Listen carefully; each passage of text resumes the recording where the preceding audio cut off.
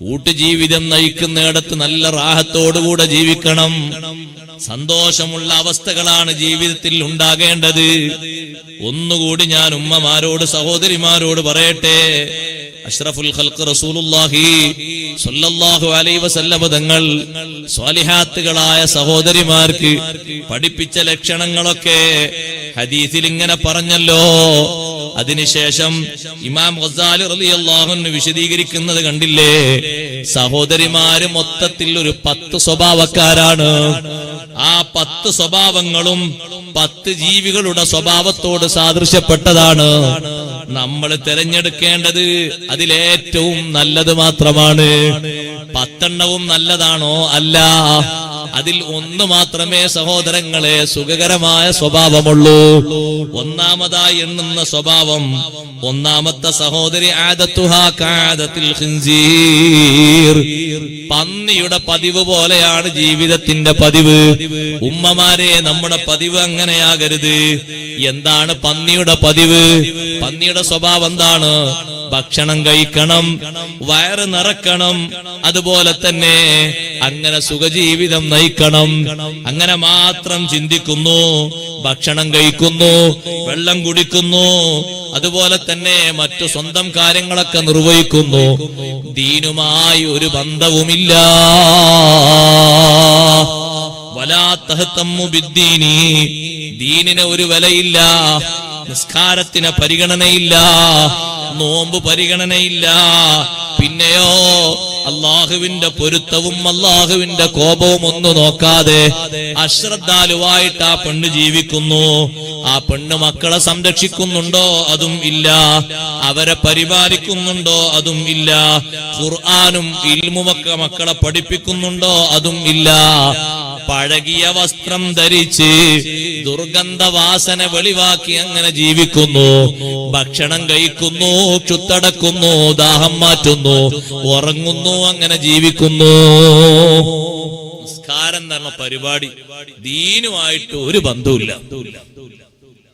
പിന്നെ ആകെ ഒരു തിരിച്ചറിയ ഒരു അടയാളുണ്ട്, ഒരു മുസ്ലിമിന്റെ പേര് മാത്രം.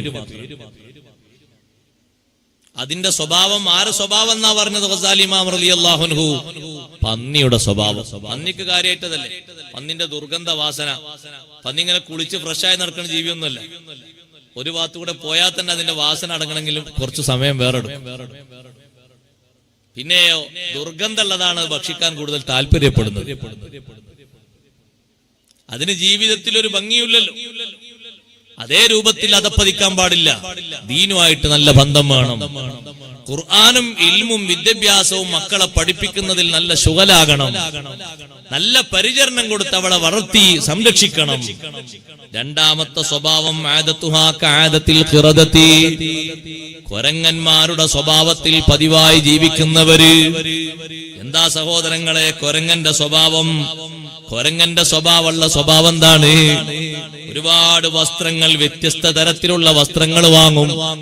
വിലപിടിപ്പുള്ള ഇഷ്ടം പോലെ വസ്ത്രങ്ങൾ വാങ്ങും. ആ വസ്ത്രങ്ങളൊക്കെ വാരിക്കൂട്ടും. ആഭരണങ്ങളും രത്നങ്ങളും ഒരുപാട് അണിയും. സ്വന്തം സമകാലികരായ സഹോദരിമാരെക്കാളും നല്ല പവറിൽ ജീവിക്കും. ഏത് വീട്ടിലേക്ക് സൽക്കാരത്തിനും കല്യാണത്തിനും പോകുമ്പോ മുന്തിയ വസ്ത്രം, മുന്തിയ ആഭരണങ്ങൾ ധരിച്ചിട്ട് നോക്കും. തന്നെ പോലെ ആഭരണങ്ങൾ ഇത്രയും കട്ടിയും കനത്തിലുമുള്ള ആരെങ്കിലും ഉണ്ടോ? കൊരങ്ങൻ നോക്കുന്നത് തന്നെക്കാളും അപ്പുറത്തുള്ള ആളുകൾക്ക് നല്ല കൂടുണ്ടോ, വീടുണ്ടോ, അപ്പുറത്തുള്ള ആളുകൾക്ക് നല്ല ജീവിതമുണ്ടോ എന്നാണ് കൊരങ്ങന്റെ അന്വേഷണം. ഇതുപോലെ ഇഷ്ടം പോലെ ആഭരണങ്ങളും വിലപിടിപ്പുള്ള വസ്ത്രങ്ങളും ധരിച്ചുകൊണ്ട് പാകത്തിന് ധരിക്കാൻ നല്ല ഭംഗിയുള്ള വസ്ത്രമുണ്ട്. പക്ഷേ ഒരു വസ്ത്രം കണ്ടപ്പോ എത്രയാണ് ഈ വസ്ത്രത്തിന്? ഇതിന് 50,000 എന്നാൽ 50,000 ഇപ്പൊ സ്വന്തം കയ്യിലില്ല. എവിടുന്നെങ്കിലും കുറച്ച് പണയത്തിനും പലിശക്കും കാശ് വാങ്ങിയിട്ട് അതുപോലെ അല്ലെങ്കിൽ അതിലും മികച്ചൊരു വസ്ത്രം എനിക്കും വാങ്ങണം, എനിക്ക് നല്ല വസ്ത്രം ഇട്ട് ജയിക്കണം, അടുത്ത കല്യാണത്തിലെത്തുമ്പോ അതിനേക്കാളും മുന്തിയതായി കാണിക്കണം.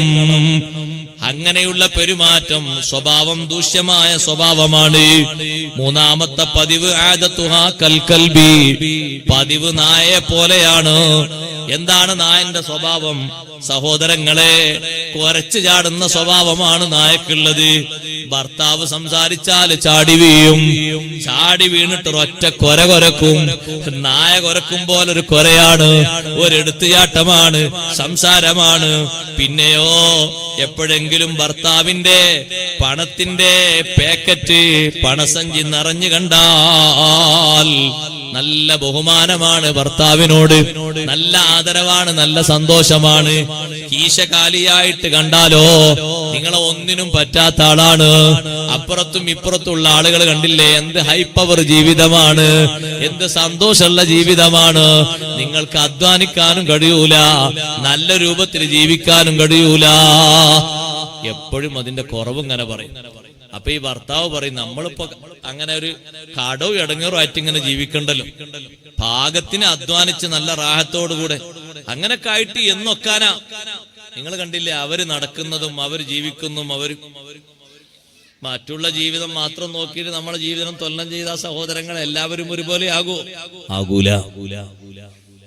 അപ്പൊ പിന്നെ നിർബന്ധത്തിന് വഴങ്ങിയിട്ട് എന്തെങ്കിലുമൊക്കെ ചെയ്തിട്ട് നിങ്ങൾ അങ്ങനെ ആക്കണം ഇങ്ങനെ ആക്കണം എന്ന് പറയുമ്പോ സുബ്ഹാനല്ലാഹ്, ആ നിർബന്ധത്തിന് വഴങ്ങിയിട്ട് പിന്നെ ചെന്ന് വീഴുന്നത് എവിടെയാണെന്നറിയോ നിങ്ങള്? എല്ലാ സംഗതികൾക്കും പലിശ ലോൺ എടുക്കുന്നതിൽ ചെന്ന് വീഴും. പിന്നെ അതിന്റെ കടലാസും അതിന്റെ ജപ്തിന്റെ ജപ്തിയും ഒക്കെ വന്നിട്ട് പിന്നെ അതിൽ കുടുങ്ങിയിട്ട് പിന്നെ വേറെ ഒരു രക്ഷയുണ്ടാവും. എന്തിനാ സ്വഭാവങ്ങളൊക്കെ വന്നത്? അങ്ങനെ വേണമെന്ന് നിർബന്ധം പോലെ പറഞ്ഞ് കോരച്ച് ചാടാൻ പാടില്ല. സഹോദരിമാരെ, അങ്ങനെ ഈ നായനെ പോലെ എപ്പോഴും കുരക്കുന്ന ഒരാളായി മാറരുത്. പാകത്തിന് സംസാരിക്കണം, ആവശ്യമുള്ളത് മാത്രം സംസാരിക്കണം, സ്നേഹപൂർവം സംസാരിക്കണം. ഭർത്താവിനോട് ദേഷ്യപ്പെട്ട് കുരച്ചു കാണുന്ന സ്വഭാവം നല്ല സ്വഭാവമല്ല, നല്ല പ്രകൃതവുമല്ല. ഗസാലി ഇമാം റളിയല്ലാഹു അൻഹു പറഞ്ഞത് നായന്റെ സ്വഭാവമാണ്. നായക്കാണല്ലോ എന്തെങ്കിലും ഒന്ന് കാണുമ്പോഴേക്ക് ഒറ്റ കടി കടിച്ചിട്ട് വരാൻ തോന്നും. ചിലപ്പോ ദൂരത്ത് നോക്കി കാണുമ്പോ അതെന്തോ എനിക്കുള്ള ഇരയാണെന്ന് തോന്നിട്ടായിരിക്കും നായ ചാടുന്നത്. ചെന്ന് നോക്കുമ്പോ ഒരു പ്ലാസ്റ്റിക് ആയിരിക്കും, തിന്നാനും കൂടി പറ്റൂല. അങ്ങനെയുള്ള ആ ചാട്ടവും ആ കുറയും അത് നമുക്ക് വേണ്ട. നാലാമത്തെ സ്വഭാവം പഠിപ്പിക്കുന്നു, ആദത്തുഹാ കൽ ഹയ്യത്തി, പാമ്പിനെ പോലെയുള്ള സ്വഭാവം അതും വേണ്ട. വഹിയല്ലത്തി തുലയ്യിനു കലാമഹാ ലി സൗജിഹാ, നല്ല മയത്തോടെ സംസാരിക്കും. പാമ്പ് അങ്ങനല്ല, പാമ്പ് നല്ല പതുക്കെ, നല്ല കാണാനൊക്കെ നല്ല ഭംഗിയിലാണ് അതിന്റെ വരവൊക്കെ. പക്ഷെ അടുത്തെത്തിയിട്ട് നല്ലൊരു കൊത്തു കൊത്തും. ആ കൊത്തു കൊത്തിയിട്ട് അല്ലെങ്കിൽ ആ വിഷം ഇങ്ങനെ തെറിപ്പിച്ചിട്ട് പിന്നെ ഈ വിഷം കാലിലെത്തിയാല് അല്ലെങ്കിൽ ആ കടിയേറ്റാല് അസഹനീയമായ അവസ്ഥ എത്ര തരണം ചെയ്യണം. ഉള്ളില് നല്ലൊരു ഇടങ്ങേറ് ഒളിപ്പിച്ചു വെച്ച് പുറത്ത് നല്ല മയപ്പെട്ട സംസാരം. അല്ല എന്താ സംസാരം, വടിവത്ത സംസാരം കേട്ട സോപ്പിങ് എന്നാ അതിന് പറയാം. അതാണ് പാമ്പിന്റെ വരവ്. നല്ല കാണാൻ നല്ല ചന്തമുള്ള വരവാണ്. ആർക്കും ശല്യം ഉണ്ടാകൂല, ഇടങ്ങേറുണ്ടാകൂല, ഒച്ചപ്പാടുണ്ടാക്കി വരൂലല്ലോ പാമ്പ് വരുമ്പോ. പാമ്പ് വരുന്നത് ഏതെങ്കിലും ഭൂമി തന്നെ അല്പം അറിയുന്നുണ്ടാവൂല. ആ രൂപത്തിലാ പാമ്പിന്റെ വരവ്.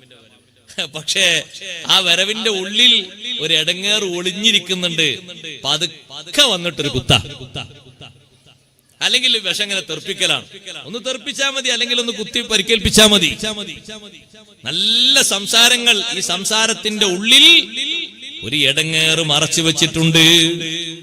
ആ ഇടങ്ങേറ് പെട്ടെന്ന് നോക്കിയാൽ കാണൂല. എന്താണ് ഇടങ്ങേറ് എന്നറിയോ? ചതിയാണ്.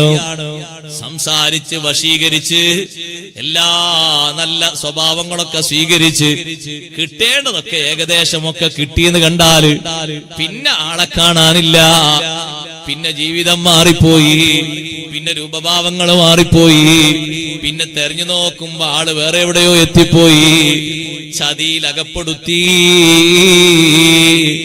പാമ്പ് അതിന്റെ ശത്രുത ഒളിച്ചു വെക്കും പോലെ, മറച്ചു വെക്കും പോലെ ചതിയും ഷർറും ഒളിപ്പിച്ച് മറപ്പിച്ച് കൊണ്ട് നടക്കുന്ന സഹോദരിയെ പറ്റിയാണ് പാമ്പിന്റെ സ്വഭാവം ഉള്ളത് എന്ന് ഗസാലി ഇമാം റളിയല്ലാഹു അൻഹു വർണ്ണിച്ചത്. അഞ്ചാമത്തെ സ്വഭാവം ആദതുഹാ കൽ ബഗ്ലതി, കോവർ കൈതയുടെ സ്വഭാവമാണ്. സുബ്ഹാനല്ലാഹ്, കോവർ കൈതക്ക് ഒരു സ്വഭാവമുണ്ട്. ഒറ്റക്ക് ഇങ്ങനെ നിൽക്കുകയാണെങ്കിൽ ജനങ്ങളൊന്നും ശ്രദ്ധിക്കാത്ത രൂപത്തിൽ നിൽക്കുമ്പോൾ ഒരൊറ്റ ഒച്ചപ്പാടാണ്, ഒരൊറ്റ ശബ്ദം. ആ ശബ്ദം ഇടുമ്പോ ആ കോവർ കൈതക്ക് തോന്നുന്നത് തന്നെക്കാളും മികവുള്ള ആരും ഇല്ല. ഇതുപോലെ പ്രവർത്തിക്കുന്ന സ്വഭാവം ഒറ്റക്ക് ജീവിക്കുമ്പോ അല്ലെങ്കിൽ ഒറ്റക്ക് ഏതെങ്കിലും രൂപഭാവങ്ങൾ പ്രവർത്തിക്കുമ്പോ തന്റെ പ്രവർത്തനമാണ് നല്ലത് എന്ന് തോന്നിയിട്ട് അത് നാലാളുകളെ മുന്നിൽ പറയുകയും കാണാൻ പറ്റുന്ന സ്വഭാവത്തിൽ അത് വെളിവാക്കുകയും ചെയ്യുന്നു. ദുഷിച്ച സ്വഭാവം തന്നെയാണ്. ആറാമത്തെ സ്വഭാവം ആദതുഹാ കൽ അഖ്റബി, തേളിനെ പോലെയുള്ള സ്വഭാവമാണ്. തേളിന്റെ സ്വഭാവം എന്താണ്? അതിങ്ങനെ കറങ്ങി നടക്കും കുറെ സ്ഥലത്തുകൂടെ. എപ്പോഴെങ്കിലൊക്കെ ഏതെങ്കിലും ആൾക്കാരെ കിട്ടണതിന്, ഒന്നുകിൽ ഏതെങ്കിലും ജീവികളെ കിട്ടണം, എന്നിട്ട് വേണം ഒന്ന് കൊത്തിയിട്ട് കുറച്ചെങ്കിലും കൊണ്ടുപോയെടുക്കാൻ. അതേപോലെ ഇങ്ങനെ കറങ്ങി നടക്കും അയൽ വീട്ടിലും മറ്റേ വീട്ടിലൊക്കെ. അവിടുന്ന് കുറച്ച് കിട്ടിയാൽ അത് ഇവിടെ കൊടുക്കും, ഇവിടുന്ന് കുറച്ച് കിട്ടിയാൽ അത് ഒന്നും കൂടി ഒന്ന് റെഡിയാക്കിയിട്ട് അപ്പുറത്ത് കൊടുക്കും, അവിടുന്ന് കുറച്ചുകൂടി കിട്ടിയാൽ ഇപ്പുറത്ത് കൊടുക്കും. അങ്ങനെ 4-5 വീട്ടുകാർ ഏകദേശം ഒരു മാസം കൊണ്ട് ഓഫിലായി. അപ്പുറത്തുനിന്ന് ഇപ്പുറത്തും ഇപ്പുറത്തുനിന്ന് അപ്പുറത്തുനിന്ന് കത്തിച്ചിട്ട് അങ്ങോട്ടും ഇങ്ങോട്ടും. അങ്ങനെ ഉണ്ടോ? അപ്പൊ അവരിങ്ങനെയാണല്ലോ പറഞ്ഞ്, അവര് എന്നെ പറ്റി അങ്ങനെ പറഞ്ഞു, ആ നിങ്ങളെ പറ്റി അങ്ങനെ പറഞ്ഞു, നിങ്ങളോട് ഭയങ്കര ബന്ധമല്ല, എന്നിട്ട് അവരങ്ങനെ പറഞ്ഞു. അതാ 2 കുടുംബം തെറ്റി. അപ്പുറത്ത് വേറെ കുടുംബം അതും തെറ്റി, ഇപ്പുറത്ത് വേറെ കുടുംബം അതും തെറ്റി. ഏത് വീട്ടിൽ പോയാലും തെറ്റുന്നൊരു വർത്തമാനം, തെറ്റിക്കുന്നൊരു വർത്താനം പറയാൻ പാടില്ല. ആ വർത്തമാനം പറഞ്ഞാ മനസ്സിലാക്കാ സ്വഭാവം തേളിന്റെ സ്വഭാവമാണ്. നമീമത്താണ് തേളിന്റെ സ്വഭാവം. തേളിങ്ങനെ അന്വേഷിച്ച് നടക്കുക ചെയ്യും. ഒരു ഇരയെ കിട്ടണം, എന്നിട്ടൊന്ന് കുത്തി പരിക്കേൽപ്പിച്ചിട്ട് തനിക്ക് കിട്ടാനുള്ളത് പതുക്കെ അങ്ങോട്ട് വലിച്ചു ഊരിയെടുക്കണം. അതിനങ്ങനെ നടക്കും. അങ്ങനെയുള്ള സ്വഭാവങ്ങൾ സ്വീകരിക്കരുത്, അത് മോശമാണ്. സുബ്ഹാനല്ലാഹ്, എവിടെ ചെന്നാലും തേളതിനെ കുത്തി പരിക്കേൽപ്പിക്കാനുള്ളതല്ലേ തേള് നോക്കുന്നത്. ഇതുപോലെ മറ്റുള്ളവരെ പരിക്കേൽപ്പിക്കുന്ന സ്വഭാവങ്ങൾ, സംസാരങ്ങള് അത് നാടുനീളെ അയൽക്കാരിലൂടെയും കുടുംബക്കാരിലൂടെയും അങ്ങോട്ടും ഇങ്ങോട്ടും കത്തിച്ചാല് കുടുംബം തെറ്റിപ്പോകും, അയൽവാസികൾ തെറ്റിപ്പോകും. തേളിന്റെ സ്വഭാവമാണ്. പിന്നൊരു സ്വഭാവം എലിയുടെ സ്വഭാവമാണ്. സുബ്ഹാനല്ലാഹ്, എന്താണ് എലിയുടെ സ്വഭാവം? ഏതെങ്കിലും ഒരു സംഗതി കാണാത്ത രൂപത്തിൽ പതുക്കെ അങ്ങോട്ട് വലിച്ചൂരിയിട്ട് വേറെ എവിടെയെങ്കിലും കൊണ്ടുപോയിടും. അല്ലേ? പൊരയിലൊക്കെ ചിലപ്പോ നമ്മൾ സൂക്ഷിച്ചു വെച്ചൊരു സാധനം തെരഞ്ഞ് തന്നെ ബുദ്ധിമുട്ടാവും. അപ്പൊ പിന്നെ എവിടെ ഉണ്ടാകും? വേസ്റ്റ് സാധനങ്ങളൊക്കെ വെക്കുന്ന ഏതെങ്കിലും ഹോളുകളോ മറ്റോ ഉണ്ടാകും വീടിന്റെ ഏതെങ്കിലും ചെരുവിൽ, അതിന്റെ മൂലയിൽ കൊണ്ടുപോയിട്ടിട്ടുണ്ടാകും. കുട്ടികൾ കൊണ്ടുപോയിട്ടല്ലതാണ്, എലിക്ക് വലിക്കാൻ പറ്റുകയെന്ന് തോന്നിയിട്ടാണ് കൊണ്ടുപോയിട്ടതാണ് എന്ന് പറഞ്ഞ മോഷണ സ്വഭാവം. പതുക്കെ ഭർത്താവിന്റെ ഒരു 50-100 ഇങ്ങനെ കുറെ എടുത്ത കണക്കറിയല്ലോ. ഒരു 50 ഒരു 100 ഇങ്ങനെ ആഴ്ചയിൽ ഒരു 50 ഇങ്ങനെ എടുത്താൽ ഒരു 4 ആഴ്ച ആകുമ്പോ 200 ആവുമല്ലോ. ഒരു 8 ആഴ്ച ആകുമ്പോ ഒരു 400 ആവുമല്ലോ. ഇങ്ങനെ പതുക്കെ ഒരു 50-100 ഇങ്ങനെ വലിക്കുക. എന്തെങ്കിലുമൊക്കെ ഒന്ന് വലിച്ചിട്ട് അവിടെ ഇവിടെയും കൊണ്ടുപോയിടാ. അത് എലിന്റെ സ്വഭാവമാണ്. അതേ ഒരു സ്വഭാവം അൽ മർഅത്തു സറാഖ, മോഷണം നടത്തുന്ന സഹോദരി പതുക്കെ ഇങ്ങനെ മോഷണം നടത്തും. കുറച്ചിങ്ങനെ ആ വീട്ടിലിങ്ങനെ പോയപ്പോ അവിടെ ഇങ്ങനെ ഒരു നല്ല മിനുങ്ങുന്ന നല്ല രൂപത്തിലുള്ളത് വരെ എവിടെയും കാണാത്ത ഒരു വളയും അല്ലെങ്കിൽ ഒരു നല്ല കളിസാധനമൊക്കെ കണ്ടപ്പോ ഇങ്ങനെ തിരക്കടില്ലത്. അതിങ്ങനെ നോക്കി റെഡിയാക്കി. ആരെങ്കിലും നോക്കണ്ട, ആരും നോക്കണില്ല. ആ പതുക്കെ എലിനെ പോലെ അതിങ്ങനെ എടുത്തിട്ട് വേറെ എവിടെയെങ്കിലൊക്കെ ഒന്ന് മറിച്ച് ഇങ്ങോട്ട് കൊണ്ടുവരിക. പാടില്ല, മോശപ്പെട്ട സ്വഭാവമാണ്. ഒരാളുടേതും ഒരു ധാന്യം പോലും, ധാന്യത്തിന്റെ ഒരു വിത്ത് പോലും, ഒരു മണി പോലും എടുക്കാൻ പാടില്ല സഹോദരങ്ങളെ. നന്നായി സൂക്ഷിക്കേണ്ട, ശ്രദ്ധിക്കേണ്ട സ്വഭാവമാണ്. കണ്ണിൽ കൗതുകരമായി പലതും തോന്നും. ഭർത്താവിന്റെ കാശ് സ്വന്തം കാശാണെങ്കിലും റാഹത്തോടുകൂടെ ആവശ്യങ്ങൾക്ക് ചോദിച്ചെടുക്കണം. ചെലവിന് തീരെ തരാതെ, നിർബന്ധങ്ങൾ പോലും പരിഗണിക്കാത്ത രീതിയിൽ ബുദ്ധിമുട്ടിക്കുന്ന ഭർത്താവാണോ? ആവശ്യമുള്ളത് എടുത്തേക്കാൻ ഇസ്ലാം പെർമിഷൻ തന്നിട്ടുണ്ട്. നബി സല്ലല്ലാഹു അലൈഹി വസല്ലം തങ്ങൾ അംഗീകാരം കൊടുത്തിട്ടുണ്ട്. ഹിന്ദ് റളിയല്ലാഹു അൻഹ വന്നിട്ട് പരാതിപ്പെട്ടില്ലേ, നബിയെ എന്റെ ഭർത്താവിനെ പറ്റി തങ്ങൾക്കറിയില്ലേ? റജുലുൻ ഷഹീ, ആരോഗ്യവാനാണ്, പക്ഷേ ലുബ്ദുള്ള ആളാണ്. എനിക്കും എന്റെ മക്കൾക്കും ചെലവിന് മതിയാകുന്നത് തരുന്നില്ല. അപ്പൊ നബി സല്ലല്ലാഹു അലൈഹി വസല്ലം തങ്ങൾ പറഞ്ഞു, ബുദ്ധിമുട്ടൊന്നുമില്ല, ഖുദീമായക ഫീകി വ വലദകി ബിൽ മഅറൂഫ്, നിങ്ങൾക്കും നിങ്ങളെ മക്കൾക്കും പാകത്തിനുള്ളത് മതിയായത് നല്ല രൂപത്തിൽ നിങ്ങൾ എടുത്തോളൂ, ചോദിച്ചോളണം എന്നില്ല. അത് ചെലവിന് കൊടുക്കാത്തതിനെ പറ്റിയാ പറഞ്ഞത്. ഇഷ്ടം പോലെ പാകത്തിനുള്ള ചെലവിനൊക്കെ തരുന്നുണ്ട്. പക്ഷേ ഈ മോഷണത്തിന്റെ ശ്രമം എന്താണെന്നറിയോ? ഇപ്പുറത്തൊരു സാമ്പത്തിക വർധനവുണ്ടാക്കലാണ്. എന്നാ സഹോദരങ്ങളെ, നിങ്ങൾ പറഞ്ഞാ മതി, സ്വന്തം ഇണയോട് സഹോദരിമാര് പറഞ്ഞാ മതി, എനിക്കും കുറച്ചൊക്കെ ഒരു കാശ് ഡെപ്പോസിറ്റ് ചെയ്യാൻ ആഗ്രഹമുണ്ട്, നിങ്ങളൊരാഴ്ചയിൽ ഒരു 100 രൂപ ഇങ്ങനെ തന്നാൽ എന്റെ കയ്യിലേക്ക്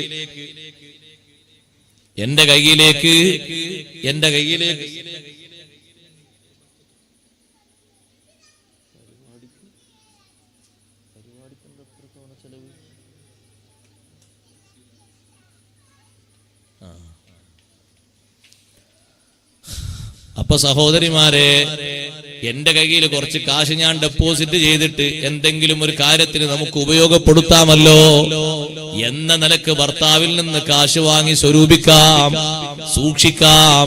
പിന്നൊരു ബുദ്ധിമുട്ട് വരുമ്പോൾ അത് ആവശ്യത്തിന് ഉപകാരപ്പെടും. അതിന് 100ഉം 200ഒക്കെ വാങ്ങിയിട്ട് നിങ്ങൾ സൂക്ഷിച്ചോളൂ, നല്ലതാണ്. പിന്നൊരു സമയം വരുമ്പോ നിന്റെ കയ്യിൽ കാശുണ്ടോ? സൂക്ഷിച്ച കാശ് ഉണ്ട്, സുബ്ഹാനല്ലാഹ്, നോക്കുമ്പോ ആവശ്യത്തിന് തികയുന്ന രൂപത്തിലുണ്ട്. അപ്പൊ ആ ബുദ്ധിമുട്ട് പരിഹരിക്കാൻ അത് നല്ലതാണ്. അങ്ങനെ സൂക്ഷിക്കുന്നതും സൂക്ഷിച്ചു വെക്കുന്നതും നല്ലതാണ്. സൂക്ഷിക്കാൻ ഭർത്താക്കന്മാര് കൊടുക്കുന്നതും നല്ലതാണ്. ബുദ്ധിമുട്ടൊന്നുമില്ല. മോഷണത്തിന്റെ ശ്രമമാണ് ഇവിടെ പറഞ്ഞത്. 8ാമത്തെ സ്വഭാവം, ആദതുഹാ കത്വൈരി, പക്ഷിയെ പോലെയാണ് സ്വഭാവം, പതിവ്. എന്താണ് പക്ഷിയുടെ സ്വഭാവം? പകല് സമയം അങ്ങനെ കറങ്ങി നടക്കും, വിശ്രമിക്കൂല. രാത്രിയായാലോ, രാത്രി നല്ല വിശ്രമമാണ്. പക്ഷി കണ്ടില്ലേ നിങ്ങൾ പകലിങ്ങനെ കറങ്ങുന്നത്? രാത്രി എവിടെങ്കിലും പക്ഷികൾ കറങ്ങുന്നത് കാണുന്നുണ്ടോ? ഇല്ല. രാത്രി ഫുള്ള് വിശ്രമമാണ്. ഭർത്താവ് വീട്ടിലേക്ക് വരുമ്പോ എനിക്ക് ക്ഷീണമാണ്, വിഷമമാണ്, പകല് സമയത്ത് കുറച്ചു നേരം വിശ്രമിച്ചിട്ട് ശരീരത്തിന്റെ ആരോഗ്യം സംരക്ഷിക്കണം. എന്തിന്? ക്ഷീണം മാറ്റിയിട്ട് താല്പര്യപൂർവം നല്ല നിലക്ക് ഭർത്താവ് വരുമ്പോ ആ ഭർത്താവിന് സന്തോഷത്തോടെ റാഹത്തുള്ള അവസ്ഥയൊക്കെ ആക്കി കൊടുക്കാൻ നമ്മുടെ ശരീരത്തിൽ നിന്ന് അള്ളാഹു അനുവദിച്ച ഹലാലായ സുഖങ്ങള്, അതിനുവേണ്ടി ശരീരം സ്വന്തം ഭർത്താവിനെ സമീപിക്കുമ്പോൾ വിട്ടുകൊടുക്കാൻ, ക്ഷീണമാണ് എന്ന് എന്നും പറഞ്ഞാൽ ഭർത്താവിന് ജീവിതം മടുത്തുപോകും, നമ്മളുമായുള്ള സമ്പർക്കം മടുത്തുപോകും. ബഹുമാനപ്പെട്ട ബീവി ആയിഷ റളിയല്ലാഹു അൻഹ പറഞ്ഞില്ലേ, ഒരു റമളാനിൽ എനിക്ക് നഷ്ടപ്പെട്ട നോമ്പ് അടുത്ത റമളാൻ വരുന്നതിന്റെ തൊട്ട് മുമ്പുള്ള ശഅബാനിലാണ് ഞാൻ ഖളാ വീട്ടാറുള്ളത്. ഇപ്പൊ ശഅബാനല്ലേ? ആയിഷ ബീവി റളിയല്ലാഹു അൻഹ പറയുന്നു, കഴിഞ്ഞ റമളാനിലുള്ള നോമ്പ് തൊട്ട് റമളാന്റെ മുമ്പുള്ള ശഅബാനിലാണ് ഞാൻ വീട്ടാറുള്ളത്. അപ്പൊ ചോദിച്ചു, എന്തേ അതുവരെ പിന്തിക്കുന്നത്? ഒന്നുമല്ല, സയ്യിദുനാ റസൂലുള്ളാഹി സ്വല്ലല്ലാഹു അലൈഹി വസല്ലമ തങ്ങൾക്ക് ഏതെങ്കിലും ഒരു പകലിൽ, ഏതെങ്കിലും ഒരു രാത്രിയില് എന്റെ ശരീരം തങ്ങൾക്ക് താല്പര്യപൂർവം ആവശ്യം വന്നാൽ തടസ്സമുണ്ടായിക്കൂടാ. അപ്പൊ പിന്നെ ശഅബാനിലോ? ശഅബാനിൽ തങ്ങൾ കൂടുതൽ സുന്നത്ത് നോമ്പ് നോൽക്കുന്ന കാലമാണ്. ആ ഒരു ചാൻസിൽ ഞാനും എനിക്ക് നോൽക്കാനുള്ള നോമ്പ് നോൽക്കും. ആയിഷ റളിയല്ലാഹു അൻഹയുടെ അനുസരണം നോക്ക് സഹോദരങ്ങളെ, സ്നേഹം നോക്ക് ഉമ്മമാരെ. ഈ 9 മാസക്കാലം 10 മാസക്കാലം ആയിഷ ബീവി റളിയല്ലാഹു അൻഹ ആ നോമ്പിനെ, ഖളാ ഉള്ള നോമ്പിനെ പിന്തിക്കുന്നത് ആദരവായ സയ്യിദുനാ റസൂലുള്ളാഹി സ്വല്ലല്ലാഹു അലൈഹി വസല്ലം തങ്ങളുടെ സ്നേഹപരമായ സമ്പർക്കത്തിന് തടസ്സമുണ്ടാകരുത് എന്ന് കരുതിയിട്ടാണ്. തങ്ങൾ റമളാൻ കഴിഞ്ഞാൽ ഏറ്റവും അധികം സുന്നത്ത് നോമ്പ് നോൽക്കുന്ന മാസം ശഅബാനാണ്. അപ്പൊ തങ്ങൾക്ക് കുറെ ദിവസം നോമ്പുണ്ടാകും. ആ പകല് എനിക്ക് ഖളാ വീട്ടാനുള്ള 6 ദിവസത്തെ അല്ലെങ്കിൽ 7 ദിവസത്തെ നോമ്പ് എത്രയാണോ ഉള്ളത്, ഞാൻ ആ സമയത്ത് ഖളാ വീട്ടും. ഈ രൂപത്തിൽ ശരീരത്തെ സ്വന്തം ഇണക്ക് വേണ്ടി റാഹത്തോടെ ഒരുക്കി കൊടുക്കുന്ന ജീവിതമാണ് വിശുദ്ധ ഇസ്ലാം നമ്മെ പഠിപ്പിക്കുന്നത്. അതെത്ര സന്തോഷമുള്ള ജീവിതത്തിന്റെ അവസ്ഥയാണ്. അങ്ങനെയാണ് സ്നേഹത്തോടെ ജീവിക്കേണ്ടത്. 9ാമത്തെ സ്വഭാവം പറയുന്നു, ആദതുഹാ കസ്സഅലബി, അതേ കുറുക്കന്മാരുടെ സ്വഭാവമാണ്. എന്ന് പറഞ്ഞാൽ ഭർത്താവ് വീട്ടിൽ നിന്നിറങ്ങിയാൽ ഭക്ഷണം കഴിച്ച് ഉറങ്ങിയിട്ട് വിവിധ കാരണങ്ങൾ പറയും. വീട്ടിലെത്തിയാലോ ഒരു ഭാഗത്തുനിന്ന് തർക്കം തുടങ്ങും, വേറൊരു ഭാഗത്തുനിന്ന് ആവശ്യങ്ങൾ പറഞ്ഞിട്ട് ശ്രദ്ധ കൂടാൻ തുടങ്ങും.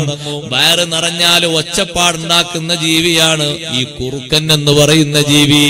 ഭക്ഷണമൊക്കെ കഴിച്ച് റാഹത്തൊക്കെ ആയി ഭർത്താവ് വരുമ്പോ ഒച്ച വെച്ചുകൊണ്ട് കുറെ കാരണങ്ങൾ വിഷമങ്ങൾ പറഞ്ഞ് ഇല്ലാത്തതും ഉള്ളതും പറഞ്ഞ് വിഷമിപ്പിക്കുന്ന സ്വഭാവം 10ാമത്തെ സ്വഭാവമാണ് എന്റെ ഉമ്മമാര് സ്വീകരിക്കേണ്ടത്.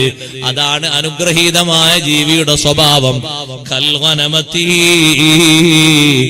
ആടിന്റെ സ്വഭാവമാണ്. അതാണ് ഉമ്മമാരെ ഉണ്ടാകേണ്ടത്. വഹിയൽ മുബാറകത്തു അർറഹിമ, ആ പെണ്ണാണ് ബറക്കത്തുള്ള പെണ്ണ്, കാരുണ്യമുള്ള പെണ്ണ്. ആടിനെ പോലെയാണ്. ആടിന്റെ ശരീരത്തിൽ നിന്ന് ഒന്നും ഉപേക്ഷിക്കാനില്ല, എല്ലാം ഉപകാരമുള്ളതാണ്. എന്തെങ്കിലും ഒഴിവാക്കാണ്ടോ? ഉണ്ടോ? ഒന്നും ഒഴിവാക്കാൻ. അപ്പൊ ചോദിക്കും, ആടിന്റെ കാഷ്ടം അത് വേറൊന്നിന് വള. ഒരു ചാക്കിന് കാശ് കൊടുത്ത് വാങ്ങിയിട്ട് വളമായിട്ട് കൊണ്ടുപോയിടുകയാണ് പലതും. എല്ലാം ഉപകാരമാണ്. അതിന്റെ രോമം ഉപകാരമാണ് പലതുണ്ടാക്കാൻ. അതിന്റെ തോല് ഉപകാരമാണ്. അതിന്റെ എല്ല്, എത്ര സൂപ്പ് വരുന്നത്. സൂപ്പ് കുടിച്ചിട്ടില്ലേ? എത്ര സൂപ്പാ. അതിന്റെ കാലിന്റെയും കൈയിന്റെയും ഒക്കെ എല്ലുകൊണ്ട് ഉപകാരമല്ലേ സഹോദരങ്ങളെ? അതേപോലെ എല്ലാ നിലക്കും ഉപകരിക്കുന്ന പെണ്ണ് അൽ മർഅത്തു സ്വാലിഹ. നല്ല പെണ്ണിന്റെ വാക്കും ഉപകാരമാണ്, പ്രവൃത്തിയും ഉപകാരമാണ്, സ്വഭാവവും ഉപകാരമാണ്, പെരുമാറ്റവും ഉപകാരമാണ്, സാന്നിധ്യവും അസാന്നിധ്യവും ഉപകാരമാണ്, ബന്ധുക്കൾക്ക് ഉപകാരമാണ്, കുടുംബക്കാർക്ക് ഉപകാരമാണ്, അയൽവാസികൾക്ക് ഉപകാരമാണ്. എല്ലാവർക്കും ഉപകാരം ചെയ്യുന്ന നല്ല സഹോദരിയാകണം, സ്നേഹത്തോടെ വർത്തിക്കുന്ന നല്ല പെണ്ണാകണം. ആ പെണ്ണിൽ അല്ലാഹു നൽകുന്ന ബറക്കത്ത് ചെറിയ ബറക്കത്തല്ല. നല്ല രൂപത്തിൽ അനുസരിച്ചുകൊണ്ട് സ്നേഹത്തോടെ എല്ലാവർക്കും ഉപകാരം ചെയ്യുന്ന സഹോദരിയാണോ? സുബ്ഹാനല്ലാഹ്. നല്ല രൂപത്തിൽ റാഹത്തില് ജീവിതം തന്നെ നല്ല സന്തോഷത്തോടെ കഴിയുന്നു. നല്ല റാഹത്തോടെ കഴിയുന്ന രീതിയിൽ ആ രൂപഭാവങ്ങൾ സ്വീകരിക്കുന്ന 10ാമത്തെ അനുഗ്രഹീതമായ സ്വഭാവം പറഞ്ഞില്ലേ ഉമ്മമാരെ, പെങ്ങന്മാരെ? ആ സ്വഭാവമാണ് നമ്മൾ സ്വീകരിക്കേണ്ടത്. നമ്മുടെ വർത്തമാനവും നമ്മുടെ പെരുമാറ്റവും നമ്മുടെ ശൈലിയും നമ്മുടെ സമീപനവും എല്ലാവർക്കും ഉപകാരമാകണം. നമ്മളെ അയൽപക്കത്ത് ജീവിക്കുന്ന സഹോദരി നമ്മെക്കൊണ്ട് നല്ല ഉപകാരമുള്ള സഹോദരിയാകണം. അതേ, നമ്മുടെ കുടുംബം നമ്മെക്കൊണ്ട് ഉപകരിക്കുന്ന കുടുംബമാകണം. നമ്മൾ ആ കുടുംബത്തിലേക്ക് ചെന്നാൽ കുടുംബക്കാർക്ക് നമ്മെ കൊണ്ട് സന്തോഷമാണ്. നമ്മൾ അവിടെ വരുന്നത് തന്നെ അവർക്ക് റാഹത്താണ്. അത് ഭർത്താവിന്റെ കുടുംബത്തിൽ നമ്മൾ ചെന്നാലും സന്തോഷമാണ്, നമ്മുടെ സ്വന്തക്കാരെ കുടുംബത്തിൽ പോയാലും സന്തോഷമാണ്. എന്തേ? നമ്മളെ സാന്നിധ്യവും നമ്മളെ സമീപനവും അവർക്ക് വല്ലാത്ത സന്തോഷമേകുന്നു. എവിടെ നമ്മൾ സമീപിച്ചാലും ആർക്കും നമ്മളെ കൊണ്ടൊരു ബുദ്ധിമുട്ടില്ല. ഏത് ഭാഗത്തേക്ക് നമ്മൾ വന്നാലും അൽഹംദുലില്ലാഹ് സന്തോഷമാണ്. ബീവി ആയിഷ റളിയല്ലാഹു അൻഹയെ പറ്റി സ്വഹാബത്ത് പറഞ്ഞില്ലേ, ആയിഷ ബീവി നിങ്ങൾ വലിയ ബറക്കത്തുള്ള പെണ്ണാണ്.